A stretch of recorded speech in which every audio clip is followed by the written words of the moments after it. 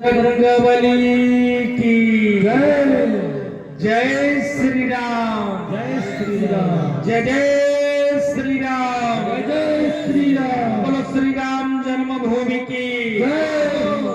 काशी विश्वनाथ की जय हो। मथुरा काशी की जय हो। श्रीमद् भागवत महापुराण की जय हो।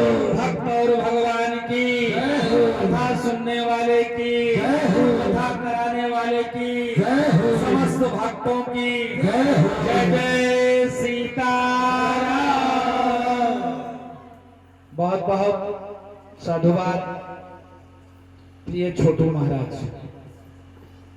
ये इसकी जिद है कि ये नाराज था। इसने कहा महाराज जी आप साधु हो गए हमारी बेइज्जती कराएंगे क्या? हमने कहा क्यों भाई? कहा नहीं, हमने पूज्य अंतर्राष्ट्रीय कथा प्रवक्ता लगातार सनातन धर्म संस्कृति के लिए रातों दिन एक करके, कथा तो एक माध्यम ही है लोगों को जगाने के लिए, लेकिन कथा कहने की भाव, कथा कहने की शैली, कोई बड़े भी जवान होते हैं जो खूब भाव, खूब व्यवस्था, अच्छी व्यवस्था देते हैं, उसमें भी वही भाव, और एक सामान्य सा कार्यकर्ता, सामान्य से हिंदू जनमानस, समान से सब गृहस्थ जिसके पास पान है, फूल है, पत्ती है, जो भी उसके पास है, उस भाव से भी कथा कराने के लिए अगर प्रयास करता है तो ऐसे में तत्पर रहने वाले अंतर्राष्ट्रीय कथा प्रवक्ता राष्ट्रीय संत स्वामी मधुसूदनाचार्य जी महाराज को ढेर सारा स्नेह, हनुमान जी महाराज की कृपा दृष्टि ऐसे ही बनी रहे। मैं त्रिभुवन शुक्ला जी को आशीर्वाद दूंगा, मंगल कामना करूंगा कि भगवान ऐसे ही भगवान की कृपा बनी रहे, सीताराम ठाकुर जी की कृपा बनी रहे, सीताराम महाराज की कृपा बनी रहे, भगवान हनुमान जी महाराज ऐसे ही कृपा दृष्टि बना के रखें, आपके ऊपर के धन से परिपूर्ण रहे। ऐसे बार बार कथा ऐसे कराकर और जितने लोग कथा सुनने वाले हैं इनके जीवन को धन्य कर सकें। सिद्धपीठ अयोध्या हनुमानगढ़ी से दास आपके बीच में आया है हमारे साथ में, और तीन पूज्य महात्मा को धन्यवाद और आभार दूंगा। पूज्य हनुमानगढ़ी के पूज्य सरपंच रामदास जी महाराज के परम प्रिय शिष्य, इसके साथ अभी हनुमान जी महाराज के वर्तमान में अर्चक हैं महंत राम सुंदर दास जी, आप लोग के बीच में आए हैं। पूज्य आप देखिए उदासीन जिस संप्रदाय के एक आश्रम है सरकद्वार मोहल्ले में, उदासीन आश्रम, इसके पूज्य महंत धर्मदास जी महाराज आप सबके बीच में आए, इनको भी आभार धन्यवाद है। पूज्य पट्टी वसंतिया में पूज्य संत महंत दीपक दास जी आप लोग के बीच में आए हैं, इनको भी ढेर सारा साधुवाद, आभार, धन्यवाद। और इस मंच के माध्यम से, इस माइक के माध्यम से, इस भगवत महापुराण के इस पावन सानिध्य में इस दास को आपने आने का अवसर दिया, आपने बोलने का अवसर दिया, और आप जैसे ऐसे महान भाव जो भक्त इतने देर से मैंने जो है तैयारी तो बनाया, क्या ना है, हमने सोचा कि 3 से 6 ही कथा होगी, समय है नहीं, आज कैंसिल कर दो, कल चला जाएगा।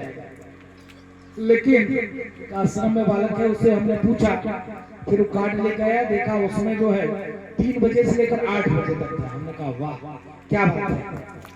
जैसे भी महाराज जी ने कहा कि वही भाव से शांतिपूर्ण तरीके से बैठकर भगवान की भजन, भगवान की परिचर्चा, परब्रह्म परमात्मा नारायण की जो उन्होंने कार्य किया समाज के लिए, संस्कृति के लिए, राष्ट्र के लिए, भक्तों के उद्धार के लिए, जो जो उन्होंने काम किया, उस काम की गुणगान, उनकी महिमा बैठकर इस भाव से सुनना, निरंतर बैठे रहना। अभी पूज्य महाराज जी एक मैं आया तो ऐसे बैठा था, फिर पलटी मार के बैठ गया 2 मिनट के अंदर। आप समझो कि महाराज जी 5-5, 6-6 घंटा आपके बीच में ऐसे ही बैठे हैं, और बैठकर भगवान की भगवत कथा आप लोग को सुना रहे हैं। तो एक बार ताली पहले तो महाराज जी के लिए आप लोग बजाइए कि पूज्य अंतर्राष्ट्रीय कथा प्रवक्ता मधुसूदनाचार्य जी महाराज को हनुमान जी महाराज ऐसे ही वाणी में ओज दें और ऐसे ही और शक्ति प्रदान करें, उस शक्ति से आपके जैसे भक्तों का कल्याण कर सकें, है ना भाई। गुरु का परम कर्तव्य होता है क्या? अपने शिष्यों का कल्याण करना। जिसको भी भगवत भजन में भाव हो, भगवान के प्रति निष्ठा हो, संतों के प्रति समर्पण भाव हो, उसका किस विधि कल्याण हो सके, ये गुरु का परम कर्तव्य होता है। तो महाराज जी लगातार 7 दिनों से आपको कथा सुना रहे हैं। उनका प्रयत्न है इस कथा के माध्यम से भगवान के चरण में आपके अंतःकरण को ले जाकर पहुंचाकर आपकी जो अंतःकरण में जो आत्मा है बैठा है उसको किस प्रकार से शुद्ध करें जिससे सद्बुद्धि आए, और सद्बुद्धि आएगी तो अच्छा कार्य करोगे, और अच्छा कार्य करोगे तो स्वाभाविक है, ऐसा नहीं है।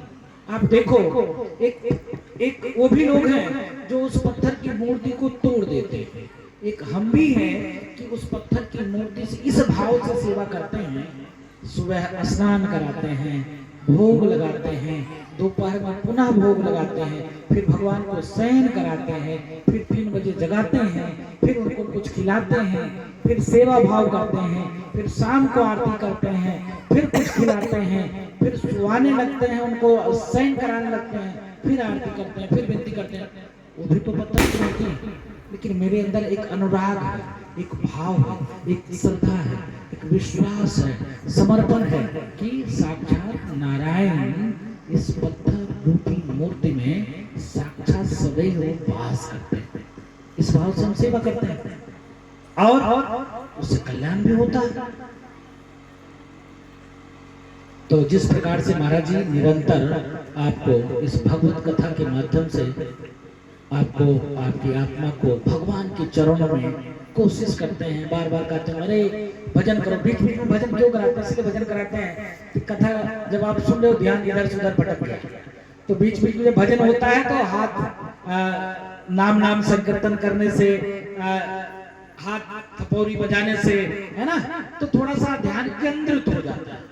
पुनः अगर ध्यान इधर उधर भटक गया तो पुनः हम लोग वापस आ जाते हैं, वापस आने के बाद फिर पुनः उस कथा में लग जाते हैं और भगवान की उस जो महिमा है, उनके गुणगान है, जिस प्रकार से पारब्रह्म परमात्मा ने भक्तों को कल्याण करने के लिए यथासंभव परमात्मा ने भी कोशिश किया। भक्त के वशीभूत भगवान होते हैं, है ना, भगवान इतने कृपालु होते हैं, इतने दयालु होते हैं कि भक्त के वशीभूत भगवान होते हैं। ये नहीं सब जगह तो सोर्स चलता है, हर जगह सोर्स चलता है, कोई ऐसी जगह नहीं जहाँ सोर्स न चलता हो, लेकिन यही एक जगह जहाँ सोर्स नहीं चलता है। यहाँ चलता क्या है, यहाँ भाव चलता है, यहाँ क्या चलता है, आस्था चलता है, यहाँ क्या है तो विश्वास चलता है। अगर विश्वास आपके अंदर है, भय से भूत पैदा हो जाता है। जैसे आप रास्ते से जा रहे हो तो रास्ते में शमशान घाट मिल गया, अगर आपको जानकारी नहीं है आप आनंद पूर्वक जाओगे और चले भी आओगे, किसी भी प्रकार की कोई दिक्कत नहीं होगा।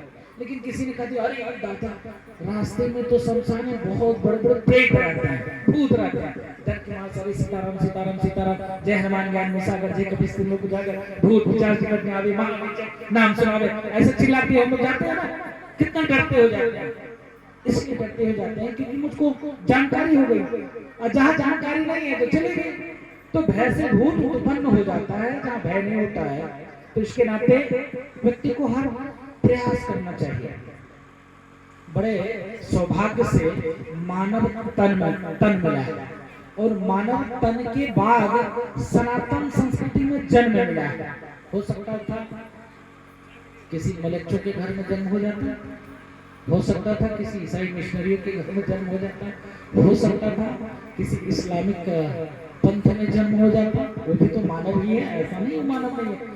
जो आँख कान मेरे पास वो आँख कान उसके पास, जो हाथ पैर मेरे पास वो हाथ पैर उसके पास, लेकिन उसकी जो विश्वास है, उसकी जो पद्धति है वो हमसे भिन्न है। हम गैया को माई मानते हैं, पूजा करते हैं, वो गैया को खाते हैं।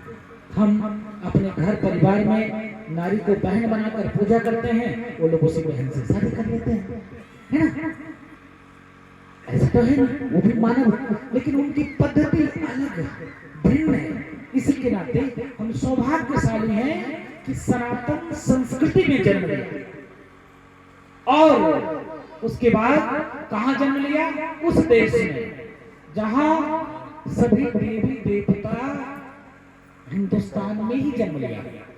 उसमें भी सौभाग्यशाली है कि उत्तर प्रदेश जैसे राज्य में जन्म लिया, जहां पर भगवान राम भगवान कृष्ण का जन्म हुआ। और उससे भी बड़े सौभाग्यशाली हैं कि हम लोग मानवतावादी, मानवता का गुण है हम लोगों के अंदर। तो जिस प्रकार से हर व्यक्ति का भाव होना चाहिए कि मनुष्य तन मिलने के बाद अपने लिए हर व्यक्ति करता है, कोशिश करता है। आप लोग अथक प्रयास करते होंगे, रोजी रोटी इन क्लीन प्रकार करके, नौकरी करके, चाकरी करके, है ना, मेहनत करके, धन दौलत एकत्रित करके अपने बच्चों को पढ़ाना लिखाना। भाव होता है कि किसी को डॉक्टर बनाए, किसी को इंजीनियर बनाए, किसी को साइंटिस्ट बनाए। कोशिश होता है अपने बच्चों को पढ़ा लिखा कर खूब आगे बढ़ाए। कोशिश होता है कि बेटियों को पढ़ा लिखा कर और आगे बढ़ाए, खूब अच्छी सी शादी कर दे, बढ़िया सा दामाद मिल जाए, वो भी दामाद नौकरी वाली मिले। अपना कोशिश रहता है बेटे का अच्छे से शादी करे, वो पतोहिया नौकरी वाली मिल जाए, नहीं नौकरी वाली मिले खूब सेवा भाव वाला मिले। तो हे माँ, परम कर्तव्य आपका होना चाहिए। जैसे अपने बेटियों को प्यार करते हो, उसी प्रकार अपने बहुओं से भी प्यार। बेटी को भी जितना प्यार बेटी को देते हो, उतनी ही प्यार बहू को भी दो, जिससे उसका भाव आपके प्रति अच्छा रहे और आपके लिए अच्छा कार्य करे, खूब सेवा करे। आप देखो, एक घटना बताते, कोरोना काल में बहुत स्थिति खराब हमने देखा था। जैसे महाराज जी भी चर्चा कर रहे थे, हर रविवार को महाराज जी हमको मिल जाया करते थे। वहीं पर एक सूर्य कुंड है, सूर्य नारायण भगवान का हम लोग दर्शन करने अक्सर जाया करते थे। तो होता क्या है कि उस कोरोना काल में प्रशासन ने सख्त निर्देश दिया था, कोई घर से बाहर नहीं निकलेगा, भीड़ इकट्ठा नहीं करेगा। लेकिन हम लोग समाज सेवा के नाम पर निकलते थे। 2-4 लोग फोर व्हीलर में अपना लैया दाना रखे रहते थे, बिस्कुट रखे रहते थे, चना भिगा रखे रहते थे कि बंदरों को चना खिला दें, जीव जंतु किस प्रकार भोजन आहार मिल सके। भाई हम तो बोल सकते हैं ना, मांग लेंगे, झगड़ लेंगे, चोरी कर लेंगे, ज्यादा भूख लगेगी किसी चुरा लेंगे, मांग लेंगे, निवेदन कर लेंगे। लेकिन आप वो जो जल में जो जलचर रहता है वो कहाँ निकलेगा? जल से निकलेगा मर जाएगा, हैं? कुत्ता कहाँ से किसके पास पहुंच जाएगा और जीव जंतु कहाँ चला जाएगा? जब बाहर किसी को निकलना नहीं, बंदर किससे छीन लेगा? भाई रोड पे भीड़ भाड़ होगी, कुछ सामान लेके आप खरीदोगे, दुकानों से जाओगे, तब बंदर छीनेगा आपसे। जब आप घर के अंदर रहोगे तो कहाँ छीनेगा? इसके नाते मन में भाव था, निकलते थे हम लोग जहाँ कहीं। तो महाराज जी को मैंने देखा कि महाराज जी बैठकर और भगवान का दर्शन करने के बाद बैठकर और कछुआ उसमें था और भी जीव थे, उसको बिस्कुट खिला रहे थे महाराज जी। हमने कहा क्या बात है, वाह वाह क्या बात है। तो संत का भाव निर्मल होता है ना, मन पवित्र होता है। अगर संतों के सानिध्य में आप जाओगे तो कल्याण ही कल्याण है एकदम। साधु का मतलब सब अपना परिवार है। भाई हम आज घर छोड़ के आए, अगर इतने लोग बैठे हो, किसी से हम कहा दें एक बेटा दान में दे दो, आपका गया ना, हाँ मिश्रा परिवार में गया ना, तो अभी कह दिया जाए कि एक बेटा दान में दे दो। देखो वो पागल हो गया, बेटवा दे दिए, मैं देखो यही तो बेटवा पैदा किया है, का बाबा बना होता है ना। तो कैसे हम लोग के माता पिता हैं जिन्होंने दान स्वरूप भगवान को दिया, वो प्रसाद आपके बीच में है, आपसे निवेदन कर रहा है, विनती कर रहा है। तो मैंने एक चीज चर्चा बीच में हम लोग भटक गए। उस कोरोना काल में जब हमने देखा, कोरोना काल में स्थिति बहुत भयावह थी, बहुत भयावह थी। आप समझ सकते हो कि पर्यावरण और प्रकृति का क्या महत्व होता है। लोगों ने उस कोरोना काल में समझा। लोग बताओ, नीम के नीचे लोग खटिया बिछा के सोते थे, नीम के पत्ता लोग बिस्तर पे बिछाते थे, आप पीपल के नीचे लोग सोते थे कि हमको ऑक्सीजन की कमी ना हो। आप देखो कि आज सामान काले 200-250 ऑक्सीजन सिलेंडर मिल जाता था, उस समय 1,70,000 80,000 30,000 जैसे डॉक्टर साहब पाते थे, जैसे जो कोई दलाल होता था वो पाता था, उतना खींच लेता था। लेकिन आप समझ सकते हो कि हिंदुस्तान में जिस प्रकार से कोरोना काल में अच्छी स्थिति थी, वैसे बार बार ऐसी स्थिति उत्पन्न ना हो, भगवान से विनती है, प्रार्थना है। लेकिन हिंदुस्तान में ही ऐसी व्यवस्था थी, उस कोरोना काल में अच्छी स्थिति थी। बाकी मेडिसिन के मामले में नंबर 1 अमेरिका देश है, जहां मृत्यु दर कई लाख का था, जहां मेडिसिन के मामले में नंबर 1 का देश, जहां पर 3 व्यक्ति पे 5 बेड, और हमारे हिंदुस्तान में क्या है 5,000 पे 1 बेड, 5,000 पर 1 बेड है, 5,000 लोग पर 1 ही बेड हॉस्पिटल व्यवस्था है। और वहां देखो 3 आदमी पे 5 बेड, फिर भी सबसे ज्यादा लोग वहां मरे, इतनी अच्छी व्यवस्था। लेकिन हमारे यहाँ क्या था, हम आस्थावान थे, विश्वासवान थे, हमारे अंदर वो संस्कार थी, वो संस्कृति थी, हमारे अंदर जो ऊर्जा था, उस ऊर्जा के नाते हम लोग कोरोना काल में स्वस्थ थे, मस्त थे और सदैव लोगों के कल्याण के लिए कार्य करते थे, काम करते थे। कभी भी कोशिश करना चाहिए कि बच्चों का परम कर्तव्य होना चाहिए, आपका भी परम दायित्व होना चाहिए कि माता पिता का सेवा। हम इसलिए चर्चा कर रहे हैं क्योंकि देखा उस कोरोना काल में एक व्यक्ति ने हमको फोन किया, बोला महाराज जी आपसे निवेदन है। हमने कहा क्या? बोला कि मेरे पिताजी का तबीयत खराब है। हमने कहा क्या हुआ? बोला कि जो बहुत तेज तबीयत खराब है, हमको ले गए हम लोग हॉस्पिटल ले गए तो हॉस्पिटल में ही वो खत्म हो गए। बाद में जानकारी ही पता चला कोरोना है। जैसे बताया कोरोना है, हम लोग के लिए हाथ पैर फूल गए, हम लोग में कुछ लगाए नहीं थे, फिर भी कोशिश किया। बाद में उनसे फोन किया तो पता चला उनका फोन ही स्विच ऑफ हो गया। फिर बार किया तो एक बेटा उनका गांव में था, मास्टर था, जिस बेटा ने फोन किया था वो जज था वो बेटा। तो जब गांव में फोन किया तो बेटा ने कहा कि पिताजी जो है हमारे बड़का भैया पाले में रहे और जो है वो बड़का भैया जाने हम नहीं जाए। आप समझ सकते हो, वो माता पिता अपने बच्चों को पढ़ाने के लिए लिखाने के लिए इतना प्रयास करता है। एक माता पिता 3-4 बच्चों को पाल कर पोस कर खिलाकर पिलाकर डॉक्टर इंजीनियर साइंटिस्ट इतना स्तर तक कार्य करता है बाप वो माँ। लेकिन जब वही बेटे पढ़ लिख कर कोई मास्टर हो जाता है, कोई प्रोफेसर हो जाता है, तो क्या करता है कि नहीं पापा 6 महीना बड़का भैया पास नहीं है, मम्मी अम्मा 6 महीना हमारे पास है, और फिर 6 महीना बाद फिर बंटवारा कर देते हैं। अम्मा हो गया बाबूजी को बहुत प्यार आएगा हमें बाबूजी के ऊपर, बाबूजी बुलाएगा अम्मा तू जा। वो भी अम्मा का भाव देखो। फिर भी वो माँ कितनी सहनशील है। मैं बार बार उस माँ को प्रणाम करता हूँ। इतने झंझावात झेलने के बाद भी माँ के अंदर किसी भी प्रकार का कोई दुर्गुण नहीं होता है। माँ के मन में लालसा रहता है कि नती अब तो जो है पहले तो बेटा के चक्कर में परेशान रहे, बेटी के चक्कर में, अब नाती और पोता के चक्कर में परेशान है। नतिया हमारा पढ़ ले, नतिया कितना खिला दे, नतिया कितना पिला दे, नतिया कितना सेवा कर दे हैं। जो दिन तबियत खराब हो जाए पुतहिया जो है बेलना लग दौड़ावे लागत है, डांटे लागत है। कोनो काम तो है नहीं, खाली चिल्लावा करत हो, काम तो कुछ करते नहीं, बैठी बैठी खाता हो, हमारे बेटे को ध्यान नहीं देते हो हैं। बताओ बच्चा रो रहा है अभी तक। ये भाव ये बहुत ही मतलब ये मार्मिक विषय है, इसलिए मैं कथा के माध्यम से आप सभी से चर्चा कर रहा हूँ। उन बच्चों के लिए, उन बच्चियों के लिए है, उन बेटों के लिए है जो बेटा के माँ बाप ने इतना अथक प्रयास करके, तो मैं भूल गया उस बीच में। तो हमने जब फोन किया तो वो मास्टर साहब ने कहा कि आप जो है स्वामी जी 5 मिनट और लेंगे। उन्होंने क्षमा चाहते हैं, आपने 5 मिनट में कहा था स्वच्छ अपनी बात को रखने के लिए, मैं क्षमा चाहता हूँ। तो जब वार्ता किया तो फिर दोनों लोगों ने फोन स्विच ऑफ कर लिया। बड़े बेटे ने और जो मास्टर साहब गांव में थे उन्होंने भी तब प्रयास किया कि जो जज साहब थे उनकी पत्नी से संपर्क किया। वो पत्नी हमसे भिड़ गई, लड़ गई, बोले एक बेटा है, एक बेटी है, बेटे का तबीयत खराब है, बुखार लगा है, बाबा जी दिमाग मत खराब करो, मेरे घर मत लेके आना, मैं नहीं जानता।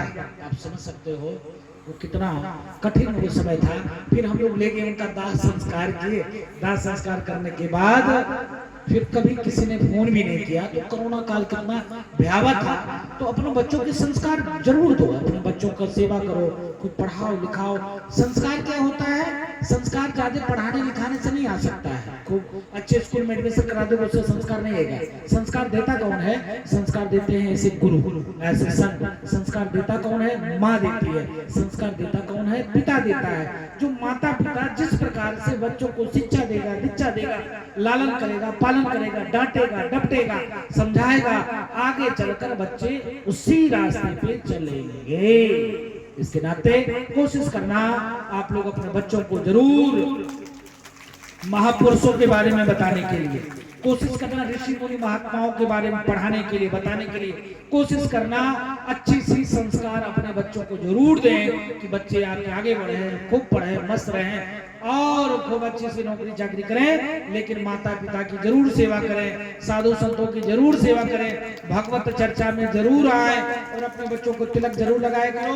अपने बच्चों को कोशिश करो कि हनुमान चालीसा जिसके मतलब जो भाव हो, ये नहीं कहते कि आप हनुमान जी को ही याद करो, माँ दुर्गा की याद करो, भगवान भोले की याद करो, जहां भी आपका श्रद्धा हो, जहां भी आपका विश्वास हो, कोशिश किया करो कि उनके प्रति जरा सा अगरबत्ती सुलगा दिए, एक पुष्प चढ़ा दिए, तिलक लगा दिए। उससे क्या होता है, पॉजिटिव एनर्जी और ऊर्जा मिलती है और उस ऊर्जा के बदौलत हम अपने आप को ठीक रख सकते हैं, स्वस्थ रख सकते हैं, मस्त रख सकते हैं। तो हम मंगल ही कामना करेंगे आप सभी के लिए। और ऐसे ही जिन जिन लोगों ने कथा सुना, भगवत चर्चा क्या है, भगवत भजन क्या है, ऐसे आयोजन एक व्यक्ति की बस की बात नहीं है, लेकिन जो व्यक्ति ऐसा आयोजन करता है वो पूर्व जन्म में बहुत ही तपस्वी रहा होगा, उनके माता पिता के सत्कर्म रहे होंगे, उनका स्वभाव भगवान की कृपा है कि निर्मल स्वभाव रहा होगा।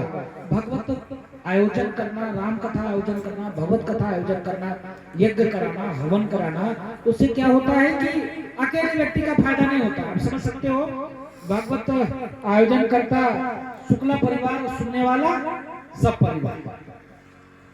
यहाँ न किसी को जात पूछा होगा, न पात पूछा होगा, न यहाँ पर किसी के कोई संप्रदाय पूछा होगा, सब लोग आनंद पूर्वक एक साथ दरी पे बैठे हुए हैं। थोड़ा सा जिनके पैर में तकलीफ हुआ होगा उनके लिए कुर्सी की व्यवस्था हो गई होगी कि पैर नीचे नहीं बैठ सकते हैं, तो थोड़ा सा सोफे की व्यवस्था हो गई। यही अंतर है, बाकी कोई अंतर नहीं है। आनंद पूर्वक आप लोग कथा सुनकर और अपने जीवन को धन्य कर रहे हो। आप समझो, परब्रह्म परमात्मा भगवान श्री राम जब जंगल जाते हैं तो जिस प्रकार से उन्होंने, भाई समर्थशाली थे उनके पिता, आप समझ सकते हो चक्रवर्ती महाराजा जिनके पास किसी भी चीज की कोई कमी नहीं था। बताओ, सदैव भाई सदैव स्वर्ग लोग जाया करते थे लड़ाई लड़ने के लिए, देवताओं के लिए। जब देवताओं की ताकत छीन होता था तो कैसा मनुष्य था जो सदैव देवताओं के लिए लड़ने के लिए, निशाचरों के लिए स्वर्ग जाया करता था। उनका बेटा जब जंगल जाना हुआ परब्रह्म परमात्मा भगवान श्री राम को, तो जरा सा भी उनके चेहरे पे वो मलिनता नहीं आई और कोई दूसरा भाव नहीं आया। अभी हम ही को कह दिया जाए कि अभी हम लोग 4 व्हीलर से आए हैं उधर से, अभी कह दिया जाए महाराज जी आपको पैदल जाना है, अरे यार कैसे पैदल जाएंगे, चिंता आ जाएगी, चेहरे पे दूसरा तुरंत भाव आ जाएगा। लेकिन आप समझ सकते हो, जिनकी राज तिलक होने वाला हो और कहा जाए कि नहीं जंगल जाना है, उनके ऊपर क्या मिलता। आज का बेटा होता तो बाप का हत्या कर दिया, है ना। आज का बेटा होता तो मां को बंद कर देता, गटई दबा देता। अच्छा बताइए तुमका हम जंगल जाओ हैं? लेकिन आप समझ सकते हो कि परब्रह्म परमात्मा भगवान श्री राम ने माँ का चरण वंदना किया पिता से पहले। वो माँ जिस माँ ने उनके लिए 14 वर्ष वनवास के लिए कामना किया, वो माँ जिन्होंने वस्त्र भी नहीं दिया, कहा क्या जटा बना लो, तेरे बाल बहुत सुंदर हैं, अब उसको तुम जटा बना लो। वस्त्र भी नहीं दिया, क्या भगवा वस्त्र ले दे दिया, लो ये बाबा वाला भेष कर दिया। उस माँ की भगवान राम ने चरण वंदना किया, कहा हे माँ बड़ी कृपा की तुमने, जिस देश के नाते मेरा जन्म हुआ वो मेरा जन्म अब सफल होगा। मैं तो डर रहा था सवेरे राज तिलक हो जाएगा, तो जिस उद्देश्य के नाते मेरा जन्म हुआ, जंगलों में जो समाज में छुआछूत ऊंच नीच का भेदभाव था उसको खत्म कैसे किया जाए, जंगलों में ऋषि मुनि महात्मा ब्राह्मणों को, गौ को जिस प्रकार से लोग हत्या कर रहे थे निशाचर राक्षस, उनका कैसे अंत किया जाए, इसके लिए हमको जंगल जाना था। लेकिन सुबह पिताजी का हुक्म था, राज्याभिषेक होना था, लेकिन माँ तुमने बड़ी कृपा किया। समझ सकते हो, वो साक्षात नारायण परब्रह्म परमात्मा की भगवत भजन आप सुनकर अपने जीवन को कैसे धन्य करो। ऐसे ही अपने बच्चों को जरूर आप शिक्षा दोगे तो बच्चा राम बनेगा, परशुराम बनेगा, कृष्ण बनेगा, घनश्याम बनेगा। भाई मानवता में इसको परमात्मा ने कायम किया, चाहते तो कुछ भी कर सकते थे, समर्थशाली थे, एक बाण उठाते और सबको भस्म कर देते, एक ही बार में सबको समाप्त कर देते हैं। भगवान कृष्ण को कितने लोग गाली देते थे, कहते अरे ये ग्वाला है, गाय चराने वाला है, ये दूध बेचने वाला, क्या क्या नहीं भगवान को कहता था। फिर भी भगवान कभी किसी का तिरस्कार नहीं किया। 100 बार गाली दिया भगवान को, माफ कर दिया, 100वें बार चक्र उठाया गर्दन काटा, 100 बार। बताओ यहाँ तो एक बार कोई बोल देता तो मारपीट के लिए हम लोग तैयार हो जाते हैं। अभी हम ही उतरेंगे, अभी तुम गरियाने लगो, अभी तुमको हम मारने लगेंगे। हम साधु हैं, संत हैं, फिर भी आगे बढ़ेंगे, दूसरा कोई पीटने लगेगा तो हम थोड़ी नहीं से जाएंगे, हम भी लात घूसा मुक्का चलाने लगेंगे, है ना। लेकिन आप समझो कि भगवान कृष्ण को 1000 100 बार कर गया है, एक शब्द बोले, मुस्कुराते हैं, है ना। तो जो व्यक्ति अपने आप को तपाता है समाज के लिए, वही महान बनता है। जो व्यक्ति संघर्ष करता है वही व्यक्ति आगे बढ़ता है। आप लोग कहते हो कि फलाना बहुत नकिष्ट है, ऊपर इतना विकास हो रहा है, हम इतना भजन करते हैं, पूजा करते हैं, पाठ करते हैं, फिर भी हम बहुत परेशान हैं। पता नहीं भगवान हमारे सुंदर नहीं करते, कहाँ है भगवान। लेकिन पार ब्रह्म परमात्मा सबकी सुनते हैं। वो अति प्रिय होता है जिसको कष्ट देते हैं। उसी कष्ट में जब परमात्मा को याद करोगे, सुमरन करोगे, मनन करोगे, चिंतन करोगे, परमात्मा का ऐसी कृपा दृष्टि बनी रहेगी। आप गृहस्थ हो, गृहस्थों का काम है कि अपने परिवार का लालन पालन, अपने परिवार को किस प्रकार से आगे बढ़ावें, लेकिन उसी में ही थोड़ा सा वक्त निकाल कर, कोई जरूरी नहीं है 1 घंटा हम माला फेरें, कोई जरूरी नहीं है हम खूब भजन करें, कोई जरूरी नहीं है कि रातों दिन हम भगवत चर्चा ही करते हैं, लेकिन नहीं, उसी 24 घंटे में से सारे सत्कर्म करने के बाद भगवत भजन के लिए 5 मिनट, 10 मिनट, 20 मिनट निकाल कर नित्य प्रतिदिन भगवान का नाम का सुमरन, अपने गुरु जी ने जो आपको मंत्र दिया उसका जाप, गुरु जी ने कुछ सत्कर्म बताया वो सत्कर्म करना, है ना, वो जीवन आपका धन्य होगा। बहुत बहुत साधुवाद, बहुत बहुत धन्यवाद। कोई बालक मुझको फोन करवा था, बालक कहाँ, यही है क्या? अच्छा, बहुत सुंदर, बहुत सुंदर, बहुत सुंदर। एक रमेश कोई लड़का था, बार बार फोन कर रहा था ऐसा। तो भगवान कृपा दृष्टि ऐसी बनी रहे, मंगल कामना, ढेर सारा आशीर्वाद, साधुवाद, आपके जीवन में खुशी आए, समृद्धि आए, मंगल कामना। जो भगवत चर्चा आप अपने शांति पूर्वक आप सुन रहे थे, मनन कर रहे थे, भगवान की ऐसी ही कृपा दृष्टि आप सब पर बनी रहे और भगवान ऐसे ही आपको आगे बढ़ाते रहे। मैं इस शुक्ला परिवार से पुनः निवेदन करूंगा कि पुनः ऐसे ही भगवत चर्चा, भगवत आयोजन स्वामी जी कैसे आसपास अगल बगल कराते रहे, जिससे इस राम कथा के माध्यम से, इस भगवत कथा के माध्यम से लोगों का कल्याण हो सके। मैं छोटू भैया को ढेर सारा आशीर्वाद और स्नेह देता हूँ। यह बहुत ही अच्छा बालक है, जिद्दी बालक है और महाराज की सेवा में रहता है और बहुत सुंदर इसका नेक कार्य है। इस भगवत कथा के माध्यम से कराए तो शुक्ला परिवार, लेकिन कल्याण कितने लोगों का हो रहा है। जितने लोग सुनने आए हैं सबका कल्याण निश्चित तय है, इसमें कोई संशय नहीं, कोई लेकिन नहीं। तो इसके नाते ढेर सारा शुक्ला परिवार को आशीर्वाद, मंगल कामना। बोल बजरंगबली की जय श्री राम। मुट्ठी बांधो सब लोग, मुट्ठी बांधकर बोल बजरंगबली की जय श्री राम, जय श्री राम। श्री राम जन्मभूमि की, काशी विश्वनाथ की, मथुरा काशी की, भगवत महापुराण की, भक्त और भगवान की, गुरुदेव भगवान की, मनसुंदाचार्य जी महाराज की, शुक्ला परिवार की जय जय सीताराम। हर हर महादेव। ओम क्रांति क्रांति क्रांति। बहुत बहुत साधुवाद, धन्यवाद।